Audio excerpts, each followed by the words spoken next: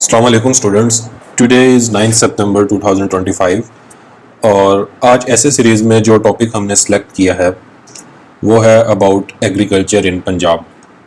तो ये जो टॉपिक है ये बेसिकली अभी लास्ट मंथ तहसीलदार का ऐसे का पेपर हुआ था और उसमें भी ये टॉपिक आया हुआ था। इसकी स्टेटमेंट है revitalising Punjab's agriculture strategies for boosting productivity. तो सबसे पहली चीज़ ये है कि ये टॉपिक की जो नेचर है वो डिस्क्रिप्टिव है। उसका मतलब ये है कि इसमें स्टांस तो ऑलरेडी वाजे है। उन्होंने एक सीधी सी चीज़ पूछी हुई है, एग्रीकल्चर के बारे में पूछा है पंजाब के पर्सपेक्टिव में, और ये पूछा है कि हम उसको रिवाइटलाइज कैसे कर सकते हैं। रिवाइटलाइज करने का मतलब क्या है कि जो हमारी एग्रीकल्चरल यील्ड्स कम हुई हुई हैं उनको हम दोबारा से इंक्रीज़ कैसे कर सकते हैं। हमने उनको स्ट्रेटजीज़ बतानी है जिनके थ्रू हम अपनी एग्रीकल्चरल प्रोडक्टिविटी को बूस्ट कर सकें। तो इसका स्ट्रक्चर बहुत ही सिंपल होगा। इसमें सबसे पहले इंट्रोडक्शन जिस तरह हर ऐसे में होती है वो होगी। सेकंड नंबर पे ब्रीफली हमने अपने टॉपिक को उसका एक स्टार्ट बनाने के लिए ये बताना होगा कि जो एग्रीकल्चर सेक्टर है पाकिस्तान में और पंजाब में, एग्रीकल्चर सेक्टर की वैल्यू क्या है, किस तरीके से हमारा एग्रीकल्चर सेक्टर जीडीपी में, फूड सिक्योरिटी में, इन चीज़ों में पाकिस्तान में हेल्प करता है, पाकिस्तान की इकॉनमी में, एम्प्लॉयमेंट जनरेशन में। और ख़ास तौर पे फिर अगर पंजाब की बात की जाए, एग्रीकल्चर में हमारे तमाम प्रोविंसेस सपोर्ट तो करते हैं लेकिन जो पंजाब का एग्रीकल्चर है वो 60 to 70% मैटर करता है। तो इससे हम सेकंड पैराग्राफ में ये बता देंगे कि एग्रीकल्चर सेक्टर क्यों ज़रूरी है। फिर थर्ड मेन हमारा साइड होगी ऐसे कि जिसमें हम 5 से 6 मेन स्ट्रेटजीज़ की डायमेंशंस बताएंगे। वो क्या स्ट्रेटजीज़ होंगी जिनके थ्रू एग्रीकल्चरल प्रोडक्टिविटी को बूस्ट किया जा सकता है। फिर फोर्थ नंबर पे एक ही पैराग्राफ हम देंगे क्योंकि 2 घंटे का ऐसे है, तो इसके हिसाब से हमें अपने पैराग्राफ्स 9 से 10 अगर हम रखते हैं तो वो ओके होंगे। तो हम केस स्टडीज़ बता देंगे। केस स्टडीज़ में हम उन मुल्कों का बता देंगे जिन्होंने कुछ स्ट्रेटजीज़ को यूज़ किया और अपनी एग्रीकल्चरल प्रोडक्टिविटी को बढ़ाया। थोड़ा सा डाइवर्स रखेंगे उसको, जैसे कि एक डेजर्ट एरिया है तो उसने अपनी एग्रीकल्चरल प्रोडक्टिविटी को कैसे बढ़ाया, और एक बहुत ही अगर ज़्यादा पॉपुलेशन वाला मुल्क है जैसे चाइना है तो उसने कैसे बढ़ाया। और 5वें नंबर पे हम फिर अपना लास्ट पैराग्राफ जो कि कंक्लूजन का होता है वो देंगे। तो अब ऐसे को स्टार्ट करते हैं।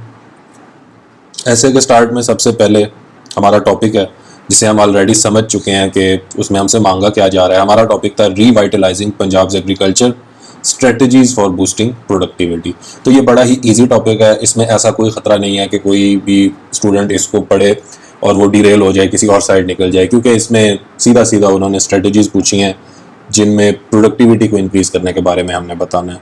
तो इंट्रोडक्शन नॉर्मली जब आप इंट्रोडक्शन देंगे तो इसके अंदर थीसिस भी लिखना आर्गूमेंटेटिव ऐसे में ज़रूरी होता है, इसमें ज़रूरी नहीं है लेकिन लिख दें तो ज़्यादा बेहतर होगा। यहाँ पे आप लोगों की अंडरस्टैंडिंग के लिए कि significance of agriculture in Punjab economy के, पंजाब की इकॉनमी में एग्रीकल्चर क्या है, जब हमारा इंट्रोडक्शन पैराग्राफ होगा तो उसमें हम ये लिखेंगे ब्रेड बास्केट ऑफ पाकिस्तान।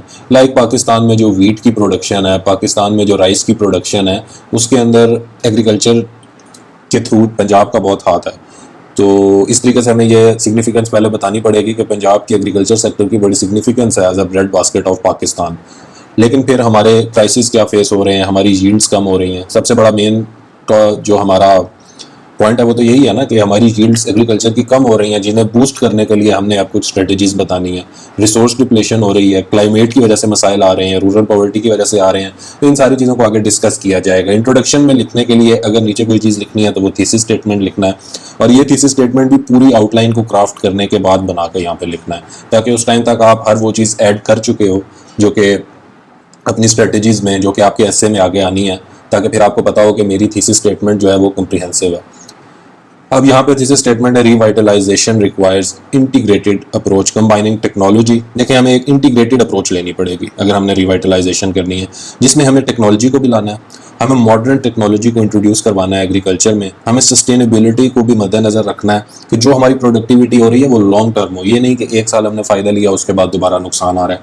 हमें ऐसी चीज़ें इंट्रोड्यूस करवानी है जो कि हमें ईयर बाई ईयर हमारी जो प्रोग्रेस है उसको बढ़ाएं। पॉलिसी सपोर्ट पॉलिसीज़ लेके आनी है। गवर्नमेंट की पॉलिसी जो है वो फार्मर फ्रेंडली होनी चाहिए, उसको माइक्रो फाइनेंसिंग की स्कीम्स, उसको क्रेडिट फैसिलिटीज़, उसको इंश्योरेंस, इस किस्म की चीज़ें मिलनी चाहिए। और इन तमाम चीज़ों के थ्रू जब हम फार्मर एम्पावरमेंट करेंगे, क्योंकि एग्रीकल्चर के अंदर सबसे इंपॉर्टेंट चीज़ फार्मर है, तो जब हम उसकी एम्पावरमेंट करेंगे तो ही हम अपना ये गोल अचीव कर सकते हैं। तो सबसे पहला पैराग्राफ इंट्रोडक्शन पे लिखा जाएगा, उसके बाद सेकंड पैराग्राफ टोन सेट करेगा इस ऐसे की। इस ऐसे में सीधा सीधा उन्होंने टेक्निक्स मांगी हैं फॉर रिवाइटलाइजेशन ऑफ एग्रीकल्चर, लेकिन हमें एग्रीकल्चर की ही रिवाइटलाइजेशन क्यों चाहिए आखिर? तो हमें एग्रीकल्चर की इंपॉर्टेंस को यहाँ पे बताना होगा। वो हम किस तरीके से बताएंगे? सेकंड हमारी आउटलाइन में हेडिंग होगी current state of agriculture in Punjab. उसमें हम ये बताएंगे कि कंट्रीब्यूशन टू जीडीपी, जीडीपी के अंदर हम ये बताएंगे कि पाकिस्तान के जीडीपी में एग्रीकल्चर का 20% अमल दखल है। पाकिस्तान की जो इकॉनमी है उसका 20% जो है वो एग्रीकल्चर से आता है, और इस 20% में से जिस सूबे का सबसे ज़्यादा इनपुट होता है वो पंजाब है। इसी तरह अगर देखा जाए तो पाकिस्तान में जो एम्प्लॉयमेंट है, 40% एम्प्लॉयमेंट इन पंजाब जो लोगों को मिलती है वो थ्रू एग्रीकल्चर मिलती है। इसने 40% लोगों को एम्प्लॉयमेंट दी हुई है। तो एम्प्लॉयमेंट के लिहाज से भी एग्रीकल्चर बहुत इंपॉर्टेंट है। और फूड सिक्योरिटी, लाइक पाकिस्तान के जो हमारे फूड की ज़रूरियात जो पूरी होती हैं वो इसी के थ्रू होती हैं। फिर हम सेकंड ये बताएंगे कि ये जो हमारा इतना इंपॉर्टेंट सेक्टर है इसके अंदर हमारी मेन क्रॉप्स कौन सी होती हैं। वीट होती है, राइस होती है, शुगर केन होती है, कॉटन होती है। फिर हम एक ही पैराग्राफ के अंदर ये बता देंगे कि हमारे चैलेंजेस क्या हैं, क्योंकि जब हम चैलेंजेस को बताएंगे उसके बाद टोन सेट हो जाएगी कि अब इन चैलेंजेस को टैकल करने के लिए हमारा वे फॉरवर्ड क्या है। ठीक है, तो वो वे ही बेसिकली इस ऐसे में पूछा गया है। तो वो टोन सेट करने के लिए हम चैलेंजेस बताएंगे। चैलेंजेस में सबसे पहले क्या होगा, हमारी यील्ड जो कि पर एकड़ है वो कम हो रही है। हमारी जो वाटर है, वाटर का बहुत बड़ा मसला है, पानी की कमी हो रही है मुल्क में। उसके बाद जो इरिगेशन है, इरिगेशन सिर्फ कैनाल इरिगेशन हो रही है। इरिगेशन की कोई मॉडर्न टेक्निक्स मुल्क में आज तक अप्लाई नहीं की गई। वही कैनाल इरिगेशन यूज़ की जाती है जिसमें सीपेज होती है और इस तरह की मुख्तलिफ और चीज़ें होती हैं जिसके थ्रू पानी वैसे ही हमारा ज़ाया हो जाता है। सॉइल डिग्रेडेशन हो रही है, फर्टिलिटी कम हो रही है। सॉइल डिग्रेडेशन किन चीज़ों की वजह से हो रही है, किस तरीके से जो फर्टिलाइज़र किस टाइप के यूज़ किए जा रहे हैं, उसके अलावा जो प्रिसीजन फार्मिंग है वो नहीं यूज़ की जाती। हमें पता नहीं होता कि हमारे सॉइल के अंदर किस न्यूट्रिएंट की डेफिशिएंसी है या उसकी इस टाइम कंडीशन क्या चल रही है। इसी तरह क्लाइमेट चेंज बहुत ज़्यादा हो गया है जिसकी वजह से एक्सट्रीम वेदर पैटर्न्स आ रहे हैं। कभी बारिश होती है तो बहुत ज़्यादा होती है, कभी बारिश होती ही नहीं है, ड्राउट्स आ जाते हैं। तो ये सारे मसले जाके फिर एग्रीकल्चर को इफ़ेक्ट करते हैं। फिर हमारी मार्केट इनएफिशिएंसीज़ हैं और फार्मर के मसले हैं। फार्मर हमारा गरीब है, उसके पास credit facilities, micro finance facilities, ये सारी चीज़ें नहीं हैं। तो जब हम सेकंड पैराग्राफ में थोड़ा सा चैलेंजेस का विद वन सेंटेंस दे के हर चीज़ के बारे में एक सेंटेंस लिख के हम ओवरव्यू दे देंगे कि ये प्रॉब्लम्स हमें एग्रीकल्चर में फेस करनी पड़ रही हैं, और उसके बाद हम बता देंगे कि अब हम जो नेक्स्ट पैराग्राफ्स हैं उनमें हम उन स्ट्रेटजीज़ की तरफ जाने लगे हैं जिनके थ्रू हम अपने पंजाब की एग्रीकल्चर को रिवाइटलाइज कर सकते हैं। तो पंजाब के एग्रीकल्चर को रिवाइटलाइज करने के लिए फिर ये जितनी भी पॉइंट्स हैं ये एक एक पैराग्राफ होगा। इसे हम फर्स्टली, सेकेंडली या इस तरह करके हर पैराग्राफ को स्टार्ट करेंगे और एक एक पैराग्राफ में इस एक एक टेक्निक से रिलेटेड जो पॉइंट्स हैं उनको डिस्कस करेंगे। तो हमारी तीसरी मेन हेडिंग आ गई strategies for boosting agricultural productivity in Punjab. इसमें सबसे पहला पॉइंट है utilization of modern farming techniques. दुनिया जो है वो मॉडर्न फार्मिंग टेक्निक्स की तरफ जा रही है। पाकिस्तान में अभी तक इनकी जो पेनिट्रेशन है वो बहुत कम है। तो इस टाइम सबसे ज़्यादा ज़रूरी यही है कि जब आप मॉडर्न टेक्निक्स को हम भी अप्लाई करेंगे तो हमारे बहुत से मसाइल हल होंगे। उन मॉडर्न टेक्निक्स में जो सबसे पहली है यहाँ पे वो हम बताएंगे कि प्रिसीजन फार्मिंग और sensor technology. Precision farming basically एक ऐसी टाइप ऑफ फार्मिंग है जिसके अंदर आप अपनी परसेंटेज जो है ना सक्सेस की वो बहुत ज़्यादा बढ़ा देते हैं, क्योंकि आप कुछ ऐसी इंटरवेंशंस करते हो थ्रू टेक्नोलॉजी जिससे आपको एग्जैक्टली पता चल जाता है कि कहाँ पे क्या मसला आ रहा है और फिर उसका हल किया जाता है। सेंसर्स जो हैं वो इसी प्रिसीजन फार्मिंग के अंदर यूज़ किया जाते हैं। अब इसके अंदर जो मुख्तलिफ चीज़ें हैं उनमें से एक है ड्रोन्स। अब जैसे ड्रोन्स हैं, ड्रोन्स के अंदर कैमराज भी होते हैं। एक तो आप ड्रोन्स को उड़ाओगे, उनके अंदर डिफरेंट किस्म के कैमराज होंगे, वो आपको बता देंगे कि किस जगह पे क्या मसाइल आ रहे हैं। फिर ड्रोन्स के थ्रू आप जो है सीड्स भी वो कर सकते हो, प्लांट भी कर सकते हो, फर्टिलाइजर्स की एप्लीकेशन भी कर सकते हो। अब जब ये ड्रोन्स के थ्रू होगी तो एक तो टाइम बचेगा, दूसरा जो भी आप एप्लीकेशन करोगे किसी चीज़ की वो यूनिफॉर्म होगी। तो ड्रोन्स को यूज़ करके बहुत फ़ायदा हो सकता है। फिर सेकंड है जीपीएस मैपिंग। जीपीएस मैपिंग में ये होता है कि आपके पास डिफरेंट सेंसर्स होते हैं जिनके थ्रू आप अपनी जो फील्ड है उसका सर्वे करते हैं। इससे पता ये चल जाता है कि कौन सा एरिया फील्ड का ज़्यादा प्रोडक्टिव है, कौन सा एरिया फील्ड का कम प्रोडक्टिव है, कहाँ पे किस चीज़ की एप्लीकेशन कितनी चाहिए। यही प्रिसीजन है। लाइक पूरी फील्ड है तो उस पूरी फील्ड में हर जगह पे सिमिलर आपको वो नहीं चाहिए। किसी जगह पे सॉइल के हालात और हैं, किसी जगह पे और हैं, आपको उसका न्यूट्रिएंट लेवल नहीं पता, आपकी जो क्रॉप्स हैं आपको उसका ये नहीं पता कि उसमें वाटर रिटेंशन या वाटर लेवल क्या है। तो ये सारी चीज़ें आपको प्रिसीजन फार्मिंग हर जगह के हिसाब से बताएगी। तो आप जो इनपुट दोगे, एक तो उसमें आपके इनपुट के अंदर भी बचत होगी, दूसरा जो प्रोडक्टिविटी है वो भी ऑप्टिमम हो जाएगी, क्योंकि आपने वही इनपुट दिया है जहाँ पे उस इनपुट की ज़रूरत थी। इसी तरह इसमें सॉइल हेल्थ मॉनिटरिंग आ जाती है कि आप डिफरेंट सेंसर्स के थ्रू सॉइल के अंदर भी देख लेते हो कि सॉइल का न्यूट्रिएंट लेवल क्या है, सॉइल का पीएच लेवल क्या है। तो सॉइल के अंदर जो जो मसाइल आ रहे हैं वो भी आपको जगह के हिसाब से जीपीएस टेक्नोलॉजी के थ्रू पता चलेंगे, और उनका जो हल है वो आप कस्टमाइज तरीके से कर सकेंगे वहाँ पे। तो ये प्रिसीजन फार्मिंग हो गई, ये पहली मॉडर्न टेक्निक है। सेकंड है climate resilient and high yield seeds. देखिए सीड्स ऐसे यूज़ करें जो कि आजकल के क्लाइमेट के हिसाब से आपको ज़्यादा यील्ड दें। एक पुराने ज़माने का सीड है वो आप आज लगाएंगे तो बारिश कम होगी, कभी कभी ज़्यादा होगी, तो उसकी जो यील्ड है वो कम हो जाएगी। क्लाइमेट रिजिलियंट में क्या है कि आप सीड के ऊपर रिसर्च करें, आप ऐसे सीड्स लेके आएँ जो कि पेस्ट रेजिस्टेंट क्रॉप्स बने, जिनके थ्रू तो जो भी क्लाइमेट से रिलेटेड मसाइल आ रहे हैं वो उससे रेजिलियंट हो। लाइक उन सीड्स ही हम ऐसे बना लें कि उनकी जब क्रॉप्स बने तो वो इतनी मजबूत क्रॉप्स हों कि वो आजकल के दौर के हिसाब से हो। जो आजकल के दौर में इन्वायरमेंटल मसाइल आने हैं उन क्रॉप्स को उन मसाइल से फ़र्क ना पड़े और उनकी यील्ड जो है वो बरकरार रहे। फिर आता है फार्म मैकेनाइजेशन। इसके अंदर हार्वेस्टर्स हैं, मशीन्स होती हैं जो कि आपकी क्रॉप जब बन जाती है तो उसको काट भी देती हैं, उससे ग्रेन्स को भी अलग कर देती हैं और उसे साफ़ भी कर देती हैं। फिर आपकी जो फील्ड है उसको लेवल करने के लिए लेज़र टेक्नोलॉजी का यूज़ होता है। ट्रैक्टर्स पे ये लेज़र लैंड लेवलर्स लगते हैं और ये एक लेज़र के थ्रू आपकी जो पूरी फील्ड है उसको लेवल कर देते हैं। जब फील्ड लेवल होती है तो उसमें कोई भी चीज़ की जब आप एप्लीकेशन करते हैं, फर्टिलाइज़र की, पेस्टिसाइड्स की या किसी भी चीज़ की, तो वो बड़ी इवन होती है और उससे फिर आपकी जो ओवरऑल प्रोडक्टिविटी है वो ज़्यादा होती है। इसी के अंदर एआई का भी यूज़ किया जा सकता है, तो उससे प्रोडक्शन और ज़्यादा बढ़ जाती है। अब सेकंड, हमें अपने जो इरिगेशन के मेथड्स हैं उनको अपग्रेड करना है। ये बहुत इंपॉर्टेंट चीज़ है कि हमारी अभी तक कनाल इरिगेशन और फ्लड इरिगेशन हो रही है। हम राइस की क्रॉप लगाते हैं, उस पर फ्लड इरिगेशन करते हैं, हम अपना 70 to 80% पानी वहाँ ज़ाया कर देते हैं। सेकेंडली हम क्या करते हैं, हमारी कैनाल्स हैं जो कि लाइन भी नहीं है, उनमें सीपेज होती है, पानी ज़ाया हो जाता है। हमारी कैनाल्स ओपन पड़ी होती हैं, उनमें एवापोरेशन होती है, पानी ज़ाया हो जाता है। तो अब हमने क्या करना है, हमने ड्रिप इरिगेशन को यूज़ करना है। ड्रिप इरिगेशन क्या होती है? ड्रिप इरिगेशन में कतरा कतरा पानी जो है वो क्रॉप की रूट्स में दिया जाता है। लाइक ये नहीं कि आपने पानी बहा दिया, आपने एक ऐसा सिस्टम लगाया जिसमें पानी ड्रॉप बाय ड्रॉप जितनी ज़रूरत है क्रॉप में उतना उसको मिलेगा। तो ड्रिप इरिगेशन के थ्रू ये होता है कि पानी का वेस्टेज बहुत कम हो जाता है और पानी की ऑप्टिमम यूटिलाइजेशन हो जाती है। इसी तरह है स्प्रिंकलर इरिगेशन। ये जिस तरह शॉवर होता है उस तरह के स्प्रिंकलर होते हैं, इनके थ्रू पानी को बहाया जाता है। तो पानी को नॉर्मली बहाने से ज़्यादा बेहतर है कि आप स्प्रिंकलर के थ्रू करें, तो इसमें भी पानी कम लगता है। थर्ड चीज़ क्या है, क्योंकि हमारे पास ऑलरेडी कैनाल इरिगेशन सिस्टम है तो हमें कैनाल्स की लाइनिंग करनी है। लाइनिंग किस तरीके से करनी है कि जो हमारी कैनाल्स हैं उन पे कोई कंक्रीट या प्लास्टिक या कोई सेमी परमेबल किस्म की ऐसी चीज़ लगाएं कि जो पानी है वो सीप हो के उसके आगे क्रॉस ना कर सके। तो इस तरीके से हमें कंक्रीट, प्लास्टिक या किसी ऐसी चीज़ की लाइनिंग करनी है कि हमारा पानी भी वेस्ट ना हो। तो ये हमारी दो टेक्निक्स हो गई। अब हम जाते हैं तीसरी टेक्निक की तरफ। वो क्या है? Diversification of crops. अब पंजाब में एक बहुत बड़ा मसला ये है कि पंजाब में या तो वीट लगाया जाता है या कॉटन लगाई जाती है, ठीक है, या राइस लगाया जाता है, ठीक है। इन क्रॉप्स के अलावा कोई क्रॉप नहीं लगाई जाती, ठीक है। एक ही क्रॉप बार बार लगाई जाती है जिससे जो सॉयल है उसके अंदर जो न्यूट्रिशन है उसकी वो दोबारा से बहाल नहीं हो सकती। तो क्रॉप रोटेशन में क्या है कि आप डिफरेंट सीजन्स में डिफरेंट क्रॉप लगाएं इन साइकिल्स, तो उससे जो डिफरेंट न्यूट्रिशन है सॉयल के अंदर वो रिप्लेनिश हो जाती है, ठीक है। हमें वीट राइस साइकिल के बियॉन्ड जाना पड़ेगा, क्योंकि राइस जो है, ये जो राइस है ये एक हाई डेल्टा क्रॉप है। हाई डेल्टा क्रॉप वो होती है जिसके अंदर वाटर ज़्यादा लगता है, तो राइस के अंदर पानी की यूटिलाइजेशन बहुत ज़्यादा है। हमें ऐसी क्रॉप्स की तरफ भी आना पड़ेगा जिसमें पानी की ज़रूरत कम होती है।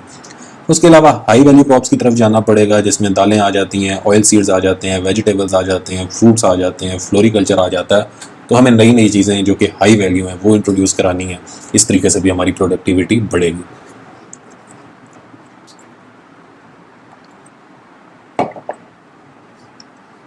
अच्छा, नेक्स्ट चीज़, अब ये जो हमारे है ना स्ट्रेटजीज़, ये मल्टी डायमेंशनल स्ट्रेटजीज़ हैं। इसके अंदर हम एग्रीकल्चर के अंदर टेक्नोलॉजी को भी लेके आ रहे हैं, ठीक है। इसके अंदर हम लोग अपनी इरिगेशन की टेक्निक्स को भी देख रहे हैं। इसके अंदर हम ये देख रहे हैं कि हम क्रॉप कौन सी लगा रहे हैं। इसके अंदर हम ये भी देख रहे हैं कि हमारी गवर्नेंस किस टाइप की हो रही है। इंस्टीट्यूशनल एंड पॉलिसी सपोर्ट, जो फार्मर है उसको भी तो कोई सपोर्ट चाहिए ना। उसको सपोर्ट किस लिए चाहिए? उसको सब्सिडीज़ चाहिए मुख्तलिफ चीज़ों के लिए। एक तो उसे सब्सिडीज़ चाहिए कि मॉडर्न इक्विपमेंट वो ख़रीद सके। अगर उसने प्रिसीजन फार्मिंग करनी है अपने खेत में, तो उसके लिए उसको सब्सिडी चाहिए ना। उसने ट्रैक्टर लेना है या उसने अगर हार्वेस्टर लेना है या इस किस्म की चीज़ें लेनी है तो उसको सब्सिडीज़ मिलनी चाहिए। फिर credit facilities for small farmers. Credit facilities क्या है कि उनको छोटे लोन्स माइक्रो फाइनेंस के थ्रू या कोऑपरेटिव बैंक्स के थ्रू, कोऑपरेटिव सोसाइटीज़ का डिपार्टमेंट है जो कि आजकल दोबारा रिवाइटलाइज हो रहा है, इसका टेस्ट भी होने वाला है असिस्टेंट रजिस्ट्रार कोऑपरेटिव सोसाइटीज़ का। तो उसके अंदर भी होता है कि डिफरेंट कोऑपरेटिव सोसाइटीज़ भी बनाई जाती हैं और कोऑपरेटिव बैंक भी बनाए जाते हैं जो कि फार्मर्स को लोन्स देते हैं। तो ये पंजाब में बड़ा ज़रूरी है कि आप फार्मर्स को क्रेडिट फैसिलिटीज़ फ्राहम करने के लिए कोऑपरेटिव बैंक्स बनाएं। फिर है क्रॉप इंश्योरेंस। अगर आप फार्मर को मोटिवेट कर रहे हैं कि एक क्रॉप लगानी है, लेकिन आजकल हमें पता है कि क्लाइमेट के रिस्क की वजह से वो क्रॉप फेल भी हो सकती है, तो फार्मर को इंश्योरेंस मिलनी चाहिए। अगर उसकी क्रॉप फेल हो जाती है तो उसे इंश्योरेंस मिलनी चाहिए ताकि वो मोटिवेटेड रहे फ्यूचर में फार्मिंग के लिए और उस क्रॉप को लगाने के लिए। इसी तरह फिर उनको ट्रेनिंग और नॉलेज जो है, अवेयरनेस रेजिंग, इस किस्म की चीज़ें होती रहनी चाहिए ताकि फार्मर्स को भी पता चले कि क्या क्या नई टेक्नोलॉजीज़ और नई टेक्निक्स आ चुकी हैं। उसके बाद नेक्स्ट पॉइंट है market reforms and value addition. अब यह है कि जब क्रॉप तैयार हो जाती है ना तो भी बड़े मसले होते हैं, दरमियान में मिडल मैन आता है, इस किस्म की कई चीज़ें आती हैं जिससे जो फार्मर जिसने पूरा साल मेहनत की होती है उसको इतना आउटपुट नहीं मिल सकता अपनी क्रॉप से। तो उसके लिए भी हमें कुछ नए इनिशिएटिव्स करने हैं। उसमें क्या है, हमें फार्मर की कोऑपरेटिव्स बनानी है, फार्मर्स की कोऑपरेटिव सोसाइटीज़ हों जो कि मिडल मैन की जो एक्सप्लॉयटेशन है उसको ख़त्म करें। अगर आप कोऑपरेटिव्स के बारे में पढ़ें तो उसमें कुछ रिसोर्स सोसाइटीज़ होती हैं, कुछ डिफरेंट किस्म की प्रोडक्टिव सोसाइटीज़ होती हैं, फार्मर सोसाइटीज़ होती हैं। तो डिफरेंट किस्म की कोऑपरेटिव डिपार्टमेंट के अंदर सोसाइटीज़ बनाई जा सकती हैं। तो उसमें एक अगर फार्मर कोऑपरेटिव्स बनाई जाए जो कि मिडल मैन के रोल को ख़त्म करे तो वो भी बड़ा ज़रूरी है। फिर कोल्ड स्टोरेज है, लॉजिस्टिक्स एंड सप्लाई चेन है। ये क्या है कि अब जब फसल तैयार हो गई है तो कुछ कोल्ड चैम्बर्स होते हैं जिनके अंदर उसको स्टोर किया जाता है, फिर उसकी पैकिंग की जाती है, फिर उसको डिस्पैच किया जाता है और जगहों तक पहुंचाया जाता है। तो ये पूरा जो सिस्टम होता है आगे जाने का, अगर ये स्मूथ होगा तो फार्मर को फ़ायदा होगा। अगर इसमें कोई दरमियान में मसाइल होंगे तो फिर भी उसकी जो अर्निंग है उसमें मसला आएगा, और जब फार्मर की अर्निंग में मसला आएगा तो फिर एग्रीकल्चर सेक्टर का भी ओवरऑल नुकसान ही होगा। तो हमें ये जो कोल्ड स्टोरेज, लॉजिस्टिक्स और सप्लाई चेन इंफ्रास्ट्रक्चर है इसको भी बेहतर बनाना है। फिर हमें एग्रो इंडस्ट्रीज जो सी हैं और प्रोसेसिंग यूनिट्स उनको भी इन्हांस करना है। उनको इन्हांस किस तरह करना है? अब एग्रो इंडस्ट्री क्या होती है? एग्रीकल्चर से रिलेटेड जो इंडस्ट्री है, लाइक अगर राइस मिल्स होती हैं, ठीक है, उसके अलावा शुगर मिल्स होती हैं, उसके अलावा डिफरेंट इस किस्म की चीज़ें होती हैं जिसमें मैंगो पल्प बनाया जाता है, उससे आगे फिर जूसेस बनते हैं, पिकल्स होते हैं डिफरेंट। तो ये सारी चीज़ें बनाने वाली जो इंडस्ट्रीज़ होती हैं वो एग्रो इंडस्ट्रीज़ होती हैं। तो उनको अगर एक्सपोर्ट किया जाए तो भी हमारी एक्सपोर्ट कंपेटिटिवनेस बढ़ेगी, क्योंकि बाद में ये चीज़ें जाके एक्सपोर्ट होती हैं। फिर डिजिटल टेक्नोलॉजी आजकल आई हुई है, सोशल मीडिया और दूसरी वेबसाइट्स हैं, तो उनके थ्रू डिजिटल मार्केट में ऐसी चीज़ें प्रोवाइड की जाएँ कि फार्मर्स डायरेक्टली बायर से कॉन्टैक्ट करें और जो उन्होंने पूरा साल मेहनत की है उस मेहनत का उन्हें पूरा का पूरा फल मिले और दरमियान में मिडल मैन का जो रोल है वो रिड्यूस हो जाए। नेक्स्ट हम देखेंगे कि strengthening research and development. Research and development आपने अगर अच्छे सीड्स की क्वालिटीज़ बनानी है, आपने अगर कोई प्रिसीजन टेक्नोलॉजी लेके आनी है, कोई सेंसर टेक्नोलॉजी लेके आनी है, तो उसके लिए आपको रिसर्च एंड डेवलपमेंट की ज़रूरत है। और रिसर्च एंड डेवलपमेंट में यूनिवर्सिटीज़ का बहुत बड़ा हाथ होता है। अब अगर एक कंपैरिजन देखा जाए ना, तो पंजाब में एक एग्रीकल्चर यूनिवर्सिटी थी पाकिस्तानी पंजाब में, और इंडियन पंजाब में थी लुधियाना यूनिवर्सिटी। तो अगर 1990s में देखा जाए, 1990s में पंजाब की एग्रीकल्चर यूनिवर्सिटी बहुत आगे थी, ठीक है। लेकिन क्या हुआ, इवन एग्रीकल्चर यूनिवर्सिटी ने लुधियाना यूनिवर्सिटी को सपोर्ट भी की, लेकिन बाद में एग्रीकल्चर यूनिवर्सिटी में मसाइल आए, जो प्रोफेसर्स थे उनको पेज टाइम पे ना मिली, जो बजट थे उसके मसाइल आए, इस किस्म की चीज़ें आई कि एग्रीकल्चर यूनिवर्सिटी नीचे चली गई और जो लुधियाना यूनिवर्सिटी थी वो इन 20 सालों में ऊपर आ गई। तो हमने अगर एग्रीकल्चर को ऊपर लेके जाना है तो हमें अपनी यूनिवर्सिटीज़ जो कि एग्रीकल्चर में रिसर्च एंड डेवलपमेंट कर रही हैं उसको बजट और इस किस्म की चीज़ों के मसाइल नहीं आने देने। वहाँ पे हमने मेरिट पे सिलेक्शंस करनी है और हमने फंड करना है वहाँ पे डिफरेंट रिसर्च एंड टेक्नोलॉजी को, ताकि हमारा एग्रीकल्चर ऊपर जा सके। इसी तरह फिर इसमें पब्लिक प्राइवेट पार्टनरशिप भी होती है, गवर्नमेंट भी हो, प्राइवेट सेक्टर भी हो, वो मिल के एग्रीकल्चर जो उनसे स्टार्टअप्स हैं उनको स्टार्ट करें। टेक्नोलॉजी ट्रांसफर एंड ट्रेनिंग, तो टेक्नोलॉजी कोई भी आप ला रहे हैं तो आपको ट्रेनिंग देनी चाहिए ग्रास रूट फार्मर्स को भी, उनकी भी जो अवेयरनेस है उसके बारे में काम करना चाहिए। तो नेक्स्ट पॉइंट है, वैसे 6 पॉइंट काफ़ी थे, इस पॉइंट को ऐड करें या ना करें लेकिन कर लें। आजकल इन्वायरमेंटल एस्पेक्ट जो है उसको बड़ी इंपॉर्टेंस दी जाती है। तो इसमें क्या है कि आप इन्वायरमेंटल एंड सोशल डायमेंशंस इनको ऐड करें। सस्टेनेबल रिसोर्स मैनेजमेंट के अंदर आप ये देखें कि ऑर्गेनिक फार्मिंग भी की जा सकती है, जिसके अंदर एक होता है कंपोस्टिंग करते हैं, तो फर्टिलाइज़र्स की जगह कुछ नेचुरल फर्टिलाइज़र्स बनाए जाते हैं और उनको फिर अप्लाई किया जाता है क्रॉप्स पे, उनका फिर नुकसान नहीं होता, उनको बायो फर्टिलाइज़र्स भी कहा जाता है। बाकी रिन्यूएबल एनर्जी रिसोर्सेज को यूज़ किया जाता है फॉर ट्यूबवेल्स, लाइक आप आजकल जो ट्यूबवेल्स लग रहे हैं उनमें सोलर प्लेट्स लगी होती हैं, तो ये एक बहुत अच्छी बात है, इन्वायरमेंट फ्रेंडली तरीका है ये। फिर women and youth empowerment in agriculture है, उनको ट्रेनिंग दी जाए, उनको डिफरेंट स्कीम्स एंटरप्रेन्योरशिप की अवेलेबल होनी चाहिए इससे रिलेटेड। फिर community based natural resource management है, जिसके अंदर आप कम्युनिटी को, अपनी कम्युनिटी को बताते हो, अवेयर करते हो और डिफरेंट इनिशिएटिव्स लेके आते हो कि हमें वाटर और लैंड यूज़ की प्लानिंग करनी पड़ेगी। हमारा एग्रीकल्चर लैंड कम होता जा रहा है क्योंकि सोसाइटीज़ आती जा रही हैं उसकी जगह पे, तो हमें उसके लिए कुछ करना पड़ेगा। हमारे वाटर कम है तो हमें वाटर को बड़े जुडिशियस तरीके से यूज़ करना पड़ेगा, ठीक है। तो ये वो स्ट्रेटजीज हो गई जो हमने बता दी कि अगर हमने अपने एग्रीकल्चर सेक्टर को रिवाइटलाइज करना है तो हम ये स्ट्रेटजीज यूज़ करेंगे। नेक्स्ट हम एक पैराग्राफ देंगे अबाउट केस स्टडीज़ और फिर कंक्लूजन की तरफ जाएंगे।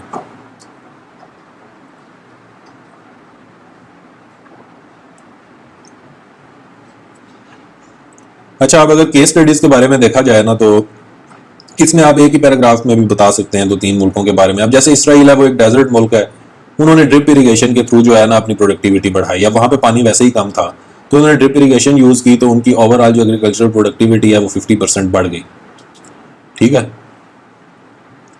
इसी तरह चाइना है, चाइना ने क्या किया, चाइना ने हाइब्रिड सीड्स यूज़ की है। अब चाइना में जो राइस है, राइस की उन्होंने हाइब्रिड सीड्स इंट्रोड्यूस करवाए, उससे क्या हुआ, आज उनकी जो 60% आबादी जो फीड हो रही है ना राइस, वो हाइब्रिड सीड्स के थ्रू प्रोड्यूस हुए हैं। तो हाइब्रिड सीड्स क्या थे, हाईली प्रोडक्टिव सीड्स थे, क्लाइमेट रिजिलियंट सीड्स थे, जो कि उन्होंने इंट्रोड्यूस कराए और इस तरीके से उन्होंने अपनी प्रोडक्टिविटी बढ़ा ली। इसी तरह इंडिया में ग्रीन रेवोल्यूशन आई, पंजाब की एक साइड हमारे पास है, एक इंडिया के पास है। तो जो इंडिया वाले साइड का पंजाब है, वहाँ पे आप बता सकते हैं कि उन्होंने ड्रिप इरिगेशन भी यूज़ की, उन्होंने उसके अलावा क्या किया, उन्होंने प्रिसीजन फार्मिंग भी यूज़ की, और उन्होंने क्या किया, और उन्होंने जो सप्लाई चेन्स और ये चीज़ें हैं ये स्मूथ की। तो इंडिया में क्या हुआ कि प्रोडक्टिविटी बढ़ गई, तो इसी तरह हमारे पंजाब में भी ये सब करना चाहिए।